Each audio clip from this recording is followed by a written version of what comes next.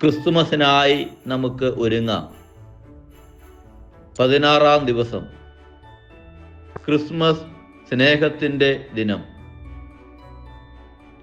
വിശുദ്ധ യോഹന്നാന്റെ 1-ാം ലേഖനം 4-ാം അധ്യായം 7-ാം തിരുവചനം.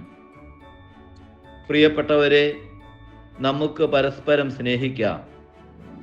എന്തെന്നാൽ സ്നേഹം ദൈവത്തിൽ നിന്നുള്ളതാണ്. സ്നേഹിക്കുന്ന ഏവനും ദൈവത്തിൽ നിന്ന് ജനിച്ചവനാണ്. ക്രിസ്മസ് സ്നേഹത്തിൻ്റെ ഭാഷയാണ്. സ്നേഹിക്കുവാൻ വലിയ കാരണങ്ങൾ വേണ്ട. ചെറിയ കാരുണ്യങ്ങൾ തന്നെയാണ് വലിയ മാറ്റങ്ങൾ ഉണ്ടാക്കുന്നത്.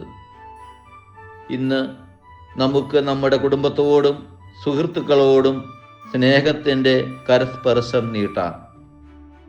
നമുക്കായി പ്രാർത്ഥിക്കുന്നവർക്കും നമ്മെ മറന്നുപോയവർക്കും വേണ്ടി ഒരു നിമിഷം പ്രാർത്ഥനയിൽ ഓർക്കാം.